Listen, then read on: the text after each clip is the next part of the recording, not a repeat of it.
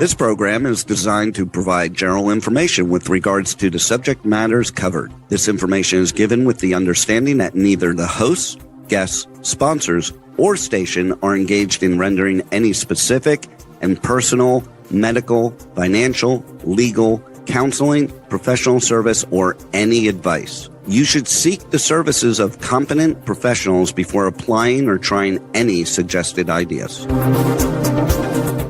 The information contained in this podcast is intended for informational purposes only and is not a substitute for individual professional legal advice. The podcast information was carefully compiled from vetted sources and references. However, R.O.S.E Resources Outreach to Safeguard the Elderly cannot guarantee that you will not fall victim to a scam. Let's talk about scams. It's the must-listen show for anyone who wants to protect themselves and their loved ones from scams. Every Tuesday at 8 a.m. Pacific Time on K4HD Radio, Joyce Petrowski, founder of R.O.S E, and her guests will provide valuable insights and practical tips on how to recognize and protect yourself from scams. And now, here is your host, Joyce Petrowski. Hi, everyone. Welcome back to Let's Talk About Scams. I'm Joyce Petrowski, founder and board president of R.O.S.E Resources Outreach to Safeguard the Elderly. You can find more information on our website at roseadvocacy.org. If you scroll down to the bottom of the homepage, you'll find the links to sign up for our emailed newsletter and or our mailed newsletter. They come out every month. And our emailed newsletter every Tuesday at 9:15 a.m. So in about 10-15 minutes, we send out a Tuesday tip. It's nice to get this, even if you already know the tip. That's great. But what it does is it's a reminder to keep scam prevention and your healthy skepticism top of mind. So the next time you're contacted, you'll be more apt to think scam and pause and do the steps you need to do in order to verify everything.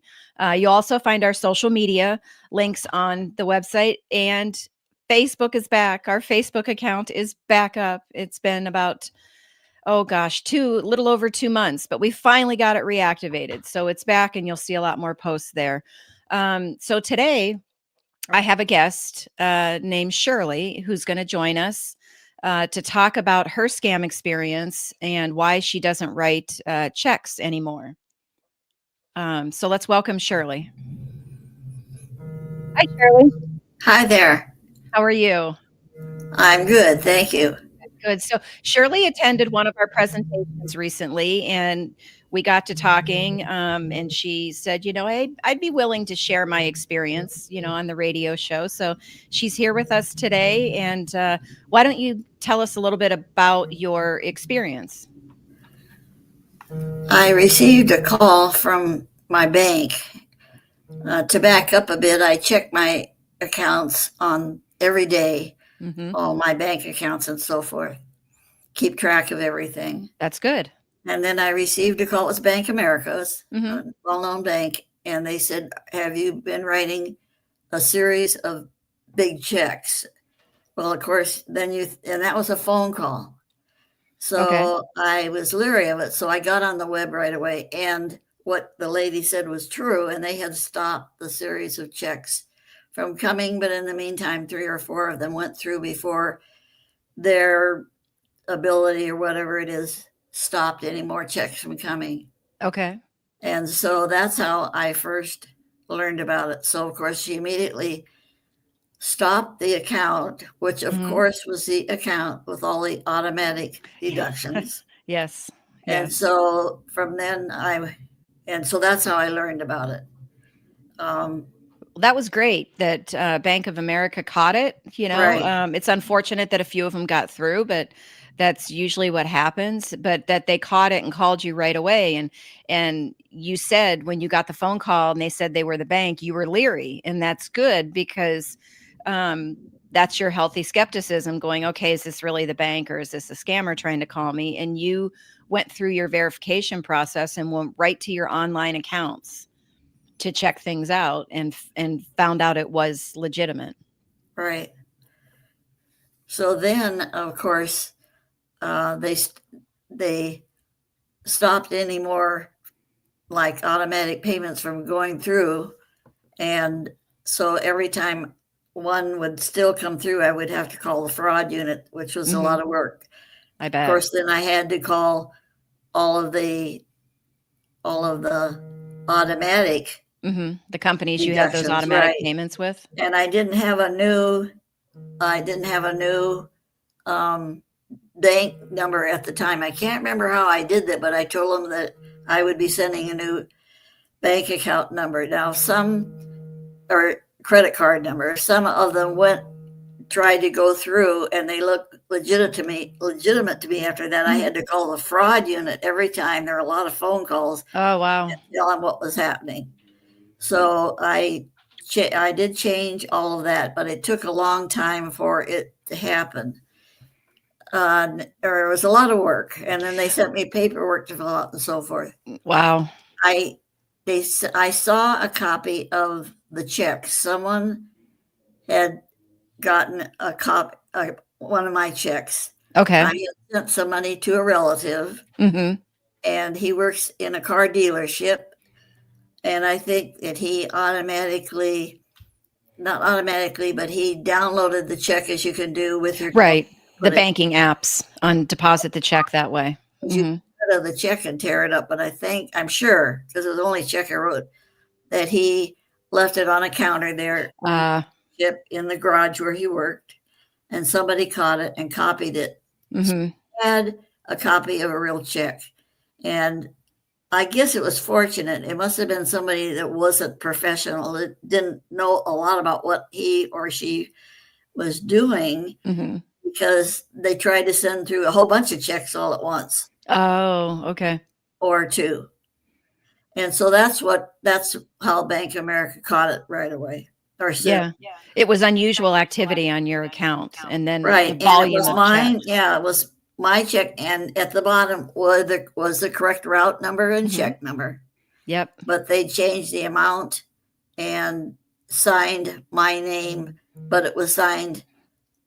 It obviously wasn't my signature. Right. You have talked. I learned a lot from your presentation. Thank you. And you talked about gel pens, and probably I didn't use a gel pen when I wrote that. This is the last check I ever wrote. I haven't written a check since. But if I had to, I would use a gel pen. And I thank you for passing those out at the meeting. You're very very much. welcome. So it kind of sounds like they might have taken the one check that they found, or in essence stole, and rewrote that check. But it sounds like then they made some fraudulent checks based off of the one check they had, if they put multiple checks through. I don't know how. And of course, my relative just forgot to tear the check up or what, and probably didn't realize the importance. Actually, I didn't either before that. Yeah, and I think a lot of people don't. A lot of people are moving to using their phones, and just about every bank has an app you can download on your phone. And I know a lot of I personally don't do it, but I know a lot of people that do it. It's convenient. You get a check, you take a picture of it, and it goes right into your bank account. But the downside of that is, if you don't put the actual check in a secure place, or kind of write void all over it, or some people have even said kind of rip it through the account number or whatever, that it's people can do exactly what happened to you, right? And a lot of people don't think about that. They think, well, I deposited the check's no good, right? But not thinking it farther through. And unfortunately, in today's world, we have to think it farther through. We have to think, well, what if someone got a hold of this that was up to no good? That I changed a lot after that. And so now I have a couple of different banks and accounts and the credit union. And so I set limits on how much can be deposited or checked each day, and notices every day on how much money is in the account and all activity. Now it means I get a lot of Yes. almost annoying messages, Yes. but I'm glad they send them. Yeah, and The credit union is really excessive. They send it on message, then they send another message saying that I logged in or somebody logged in if I logged in, and then they send an email, but that's okay. Yeah, glad. and that is the thing, right? Is like with all the emails and the text messages we get today from a wide variety of things, it can seem inundating. You open up your inbox and it's like you have 150 emails, right? And you're just like, oh my gosh, and your mind automatically goes to, all right, delete, delete, delete, and you end up deleting some important ones.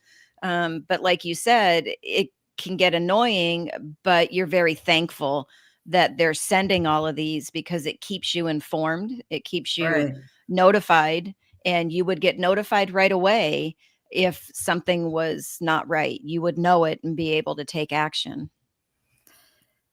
And that has been a big help. And now if I'm transferring some money from a brokerage from one bank over to the credit union, but just changing where I'm keeping my money. But if I write a check, one was for a fair amount, 30,000, and immediately Bank of America, I got a message from them, and it just said, "Did you mean to write this check? Did you write this check?" And I just said yes. So I watch my phone. I get the emails on my phone, and like most people do, and I just watch it really carefully and try not to delete any messages that I need to keep. Right, right. It's I know I have a lot of alerts set up on mine. I could do more alerts on my account, and I probably should go in there and set up, more specific alerts, but especially on the credit cards, right? I get alerts on those, so I know if something's wrong, right away. But so I want to get back to, you mentioned you get alerts from your bank and the credit union. So you get an alert whenever you log in? On the credit, yes, actually, on they do. On the credit union, it tells me that I logged in, message and email. It's the way, sort of the way I have it set up. And then you get an email and or a message for any activity that happens on your accounts? Yes. Okay, so that could be a deposit, that could be a transfer, a check, an ATM, anything like that. And I don't use ATMs, and I have a debit card, but I don't use it. But on the debit card, I have a limit amount per day, which I think is important, because debit cards, they can go right through your account if you're not careful. Absolutely. You if you didn't know that before our presentation, that's one of the things we talk about, is your debit card is a gateway right into the account that it's connected to, and putting a limit on how much you can be withdrawn with your debit card on a daily basis. I think that's great. Because if somebody were to get a hold of it, then they're limited to that dollar amount, right? And so and then you're going to get notified of the transaction, and you'll be able to stop it. So they're limited to how much they're going to be able to get out of that account. And I just don't go to ATMs. If I want cash, I go into the bank or into the credit union. Yeah. And that, that's good, because, card readers, we've seen those for a number of years. They were always found at gas station pumps outside, right, of outside of the actual store. Not to say that they couldn't be in ATM machines as well, which is why we recommend people only use the ATM machine at the bank. There still is a small risk that somebody's going to put a card reader in an ATM machine at the bank, but they're going to be on camera, doing that. So I think that is a deterrent.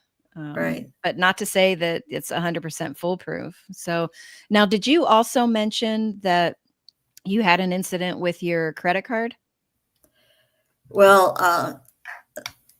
actually, on a trip to Ireland, it was a 2-week trip, and we were on a bus, and we all got hacked. And everybody on the bus. Wow. Right, everybody. But Ireland is wide open Wi-Fi, free for everybody, no matter where you are. And Wow. but to charge anything, of course, then we were immediately hacked. And Um, how did you find out about that? well, I learned it actually. It was a church. It was that was the year 2000. We went to Oberammergau, if anybody's heard of that. But throughout Europe we went. But the the church found out and informed us, "Watch out! We think we all got hacked." So Oh, I okay. learned that from them. Then one other time, actually, Bank of America said we have to, and I've seen banks do this, that they have to warn everybody that we're going to change your credit card because we've Oh, had a problem. yeah. So And that's happened like 3 times. yeah, But and that happens with just about every company, right? No matter if you have a credit card with them or not, your right, information, right? They've been breached. Your right. information's been breached, or their company's gotten hacked into.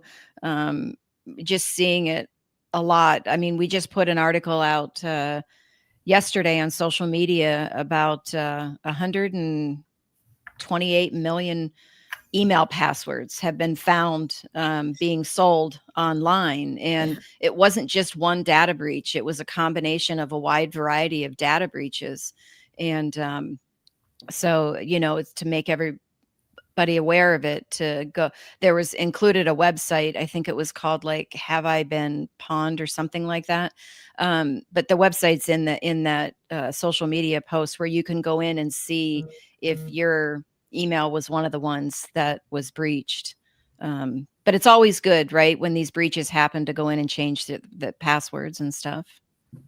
There were a lot of interesting questions that you were asked at that meeting. It was an Hmm. excellent meeting, if anybody Thank has you. a chance to go to one. And uh, one person said, "Well, I want to send money to my grandchildren," Hmm. which I do.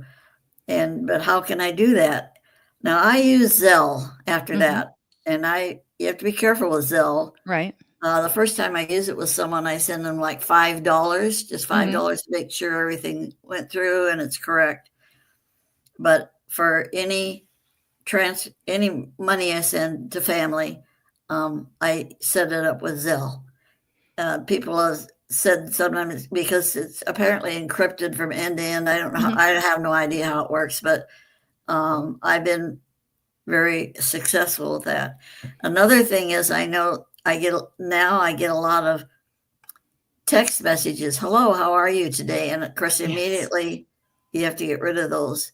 And Right. another thing, if I can add this, Sure. if you look on your, because I check my accounts every day, so you look on your Hmm. account and somebody just charged $1, and Yes. that's a screen. How does that work? They try to see if it goes through, I think, Yeah.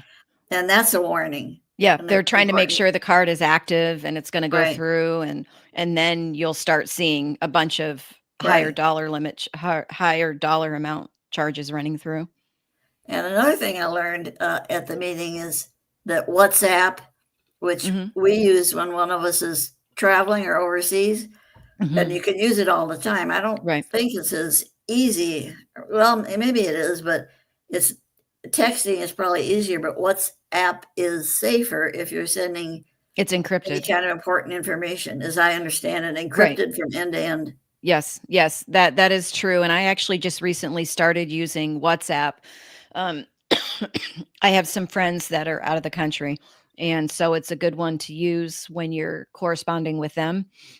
But it is encrypted, and so while it's going to be safer for you to, if you have to send sensitive information, it's definitely safer than using your regular text messaging.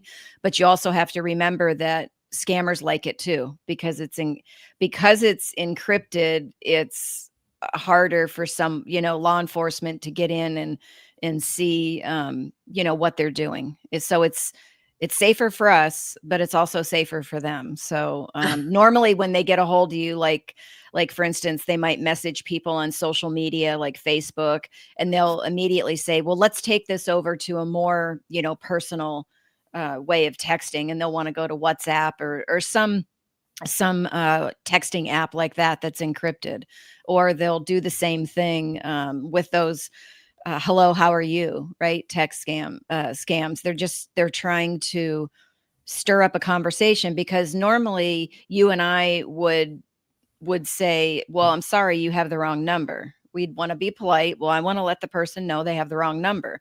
Well, yes, it's the wrong number. To them, it's not the wrong number, because they're out there fishing, and then they're going to say something back to you, and then you're going to want to be nice and continue the conversation. And so another reason why it's best just not to engage and just delete it.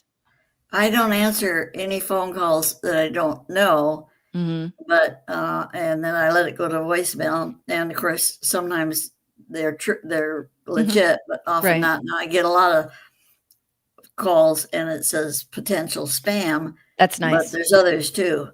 But I did hear that if someone answers the phone and they say, "Is this Shirley?" You don't say yes. Yeah, right. And I've heard that from people too, what's called the say yes scam. And I've talked to a bunch of different people in cybersecurity, and some of them will say that's not really a scam, and others will say, well, yes, it is. I personally have not read anything out there, and I'm not saying that I've read everything out there, where someone has been scammed from that. But I look at it as a way of saying, how easy would it be for someone to do that with AI now? They can record your voice and, say that you said yes to some purchase or something like that. So I don't know. I'm kind of up in the air, right? If it happens a lot or if it doesn't, I'm up in the air on it. But something as easy as just not saying yes, saying, well, who's calling, or this is her, or, something, different. Right. It's just another way to be safe. Well, I found that I know the banks, but the banks are even saying don't write checks, and some places won't take them anymore. Yeah. But I have found that, like, I wanted to donate to a foundation here where I live, and I told the director, I said, I said, you can write a check, and I said, well, I'd rather not write a check. She said, oh, well, then you can go to our portal, which I'm on anyway, and use a credit card. So I always use credit cards. And as I say, I get a lot of, and if I charge something on the big credit card, it will immediately send me a message. You charged this amount, but you were not present with the card. In other words, it was online. Oh, so I immediately get a okay. warning. I've set up all these warnings. Wow. So you can actually have it say whether you actually presented the card or not. Right. Wow. Okay. That's nice. That's with Bank America, and I'm not promoting any company. It's just that happens to be where I have my main one. Yeah. And I have a backup credit card that I use less, just keep active as kind of a backup. Oh, that's what I did when now I remember when I was caught that first time, and I had to contact all the companies that were auto. I switched them over to the backup credit card for a while. That's what I did.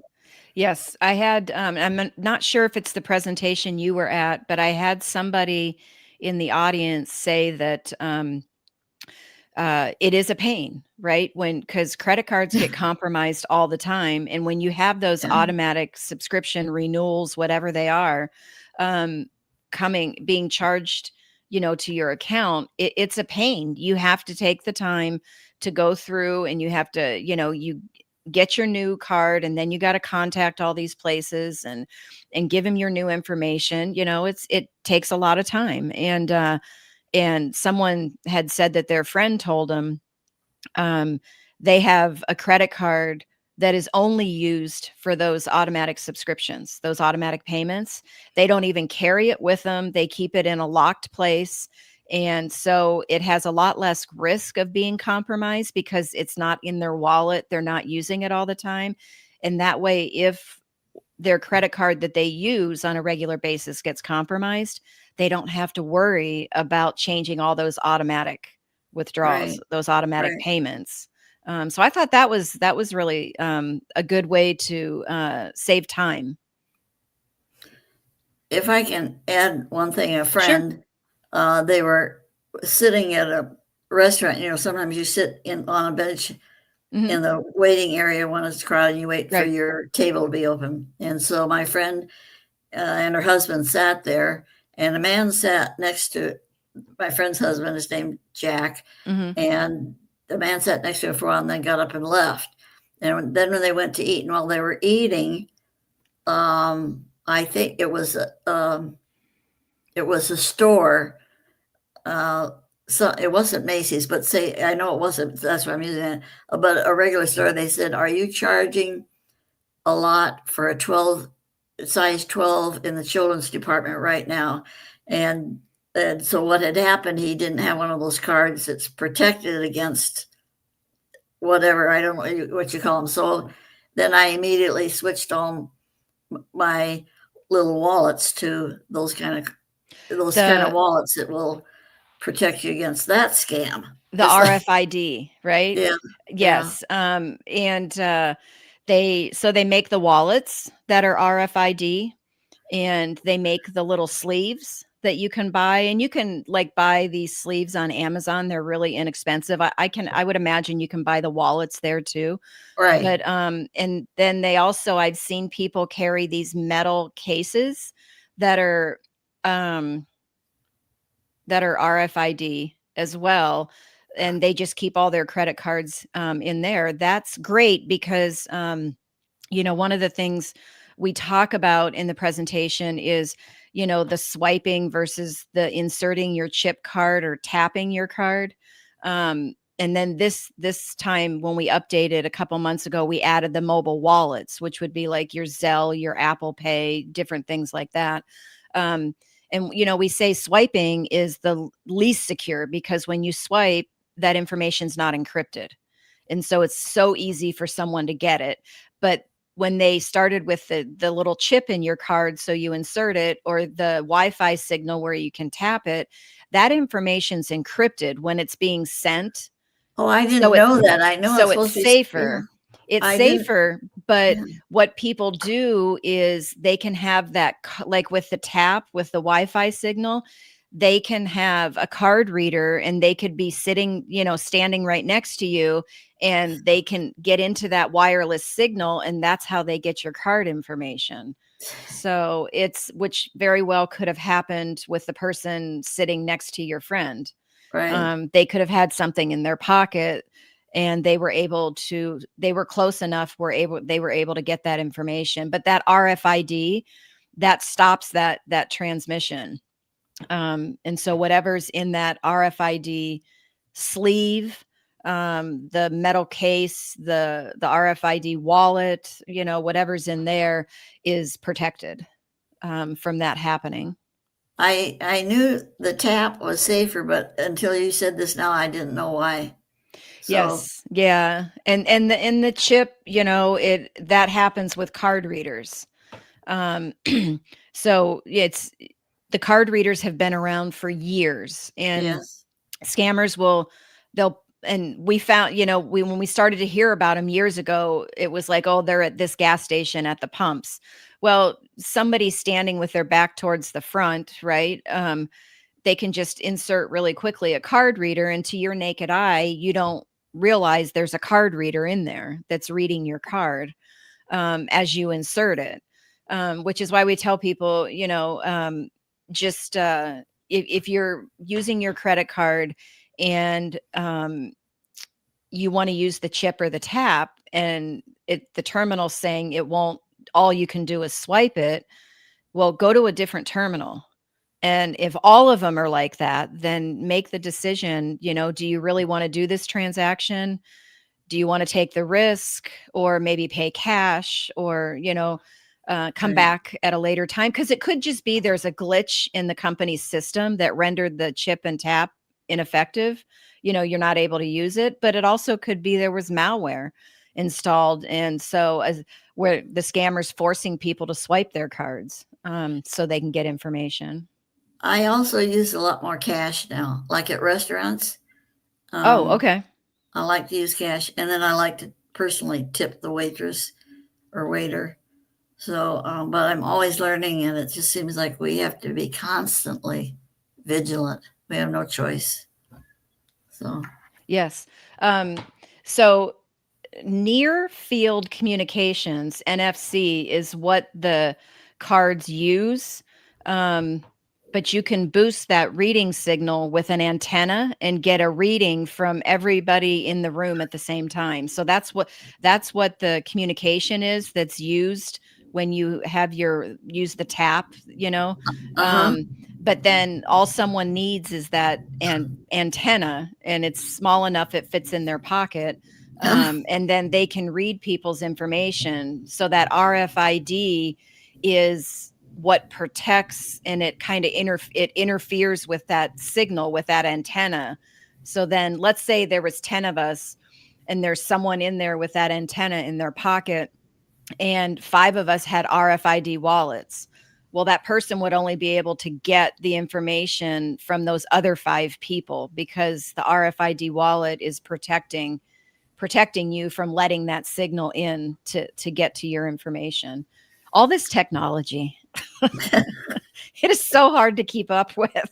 it is, and like many people, we depend on our computers and our phones, and it's what life is now. So, Yeah. There's also these things called Faradays, and I had forgotten about those, but they're called Faraday cases or cages, and you can get them for your cards, your wallet, but you can also get them to put your cell phone in. You can get like a case, you can put your laptop in it. So if you're traveling, if you get one of these, and I've actually got one, and I went to use it on this last trip, and I have a bigger laptop, so it didn't fit inside the case before I put it in my backpack. So what I did is it folded, right? The Faraday case folded. And so I stuck my laptop in between it, so it was wrapped around it. So it protected it. Was it as good as having it inside? Probably not, but it was still, I think, really good. And then that's the way it sits in my backpack. But yeah, if you just Faraday is FARADAY, and if you I'm just looking at if you just look it up, you can find a lot of different sizes and for different electronics. Yeah, I see that in the messages over here. Yeah. I will look it up on Amazon for sure. Yeah. So it's another way to protect if you're carrying a laptop, an iPad, Right. your phone, right? Right. Especially when traveling out of the country, or even Right. traveling in the country, and you're going to be in a lot of hotels, a lot of restaurants, right, for travel and stuff like that. Those are prime places where even though the Wi-Fi is password protected, it's still not secure, because you always have to ask yourself, how many people know that password? It's Right. not unique to you, right? I am wondering, when I travel overseas next year, I haven't for a few years since my husband passed away, but I'm wondering if the banks will let you open a temporary credit card just for that trip. I want to find out. I would imagine you could open up a credit card with, a bank, whoever, and then you use it. And then close it. And then close it. But if you travel frequently, maybe a couple times a year, or you travel out of the country every year, and I see this advertised a lot, and it's with Chase Bank, and I'm thinking that a lot of the other big banks probably do the same thing, is that you can have the card open, active, but then when you come back, you can turn the card off. You can just go onto your online app, or get into your online banking and just turn the card off. They use it a lot for protections, where if you've lost your card, you can go in and say, turn this card off. So if someone finds it, they can't use it because you've turned it off. Right. And that way you don't have to keep applying for a new one and then closing it and applying and closing, because every time, unfortunately, when you hit, apply for credit, it affects your credit score. And if you've frozen your credit, if you're one of the people that have your credit frozen, I do. you're going to have to unfreeze it. I know. And then do it and then refreeze it again. So all these things you have to think about. I know. But I learned a lot. I'm always learning. And I really appreciate if anybody can go to your conference. It was thank you. Excellent. Thank you. Well, I really appreciate that. Is there anything in closing you want to say? Well, I can tell you one good story. Sure.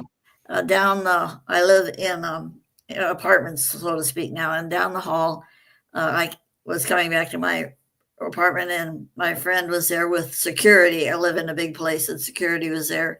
Mm-hmm. And she had gone to the store for groceries, and then she came back and she realized that she left her purse somewhere. Oh. And she realized she left it in the cart in the parking lot.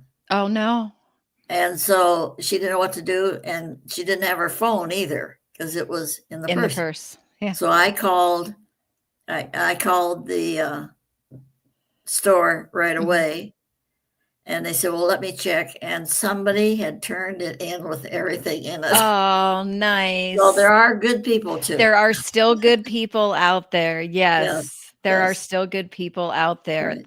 I love to hear that, right? Because that you really know someone is a great person when they do that, right? There are people that won't even think twice. This is not mine. Somebody left it. I'm going to take it to the store because they're probably going to call, instead of going, oh, well, maybe I should go through it. Let me see what they have in it. They won't miss this. And so yeah, so that's great. I'm glad you shared that. Thank you. I did want to, I actually got an email this morning from one of the places that I'm subscribed to, and I've not heard of this scam. It's called ghost tapping. And so I'm going to read it from the article really quick, give you some information, but then also it's about your mobile wallets. So this would be Zelle and Apple Pay and stuff like that. So let me just read it from the article. So there's a new scam called ghost tapping. The Better Business Bureau warns that scammers are using this tactic to steal money from people who use tap to pay credit cards and mobile wallets. So the mobile wallet, and I use Apple Pay, but I only have one credit card on it. And so I could actually take my phone when I go to pay and use it like a credit card, just tap it, on the terminal. So it's exploiting the wireless technology to withdraw money without you knowing it. Let's see. It says, so here it is. They're using this near field communication. Where did we hear that? Thank you, Juan, for that information. That mimic legitimate tap to pay systems. So in busy places such as festivals, markets, or public transportation, they move close enough to your wallet or your phone, and it triggers a transaction. So the Better Business Bureau has said they've seen some scammers pose as charity vendors or market sellers who only accept tap payments. And so once you tap your card or your phone, they then charge far more for the agreed upon amount. But you don't actually have to tap it because, as they said earlier, they just need to get close to you, and it can happen. So this is a real life case. There was a Missouri resident who lost $100 after being approached by a person carrying a handheld card reader. There was the Better Business Bureau has recorded many similar cases across the United States with losses sometimes exceeding $1,000. So they're going to want to pressure you to complete the payment quickly, preventing you from verifying the amount or the merchant's name. And that happens a lot, right? At those like public transportation, at those outdoor festivals, things that are in public where they might have a lot of customers and they're just trying to go from one to the next. So they can even carry the portable readers that pick up those signals through your purse, through your wallet. So what's the number one thing to protect yourself? Invest in an RFID blocking wallet or card sleeve. to create that physical barrier between your card and those scanners. You can look on Amazon and you can, or, I'm sure Best Buy, all those other places probably have them as well. And you can get them for your phone, your laptop, your iPads, your wallets, your credit cards, all that stuff. And verify before you tap. Verify that the merchant name and the transaction amount displayed is actually correct. And like Shirley does, she has instant alerts. So she gets those alerts and she knows right away if it was her or if it wasn't, and she can shut the account down so they can't get any more money. Be cautious in crowded areas. And like Shirley does, she monitors her accounts every day. So most mobile wallet apps, and this is going to be like Apple Pay and Google Pay and stuff like that, they'll allow you to set PINs, facial recognition, fingerprint verification before you authorize a transaction. So if you have something like that set up, when a transaction goes to go through and a scammer's trying to do it, they're going to need a PIN, a facial recognition, a fingerprint. Now if you're standing in the public area and you've just paid somebody, it's easy for them to hold their phone up, by your face and it can get it. But the fingerprint's going to be a little harder. They're going to have to grab your finger and, which then, right, you're going to be like, don't touch me. But yeah, so, that is quite interesting that came through on my email this morning, because that ghost tapping is exactly what we were talking about, right? I just heard about it myself. Yeah. But I didn't know what it was. Yeah. Yep. That's exactly what it is. That Right. near field communications is with their antenna, with their software, they're able to break that and get into your stuff. Right. Yeah. So, wow, this is great. And I'm so glad that I got into that article and started reading it, because it just fit perfectly with today. Right. So Thank anyways, you for all your yes, good information. yes, thank you. All right. Thank you so much, Shirley. I really appreciate you taking the time and your willingness to share this information. I'm sure it's going to help many people out there. They're going to start putting alerts, on their accounts. Maybe some people will stop writing checks, like you said, and I've heard this from many people. Banks are really trying to get people to stop writing checks. They want everybody to do online. One of the reasons is specifically what you went through. Because you have to safeguard those checks even after you've deposited them electronically. So yes. Thank you again. And I hope to see you at another presentation. Thank you very, very All much. right. Take care. Thank you. Mm-hmm. So thank you, everyone, for joining today, and lots of great information. Shirley's a wealth of information. She already has a lot of protections in place, and she put more protections in place after attending one of our seminars, where we go through a wide variety of resources and different things you can do to help protect yourself. And, check out those Faraday bags for all of your electronics.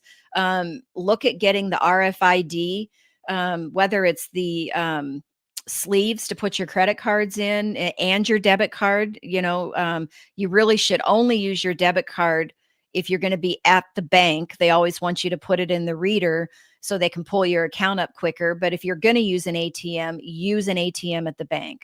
Or like Shirley does, she doesn't use ATMs. She goes directly into the bank to take money out.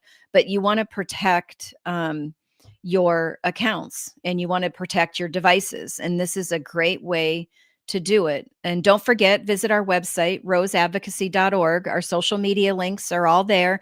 And yes, our Facebook account is back up. So we're going to be posting on there just about every day with more great information. Scroll down to the bottom of the homepage. You can see the links not the links, you just fill out some information to sign up for our emailed newsletter and or our mailed newsletter. And the emailed newsletter comes out the mini one with the Tuesday tip comes out every Tuesday morning at 9:15. So that just recently came out for this week. And we have an event coming up. April 10th of 2026 is our 4th annual golf tournament here in Phoenix. If you're here in Phoenix or you're going to be in town that week, check us out. It's on the website, or it's on the website, but it's also it has a specific website. You can just get in touch with us and we can send you all that information. We're looking for sponsors, auction items, volunteers, golfers, all types of stuff. So more information on that to come in the newsletters and social media. And Brian is going to be with you for the next 2 weeks. So look forward to chatting with Brian over the next couple weeks. Thanks, and I'll see you back later this month. Well, that's all the knowledge for this episode. Tune in every Tuesday at 8 a.m. Pacific Time on K4HD Radio at k4hd.com as Joyce explores a variety of knowledge so you have the power to make scam protection your healthy habit. And until then, feel free to reach out to Joyce and let's talk about scams.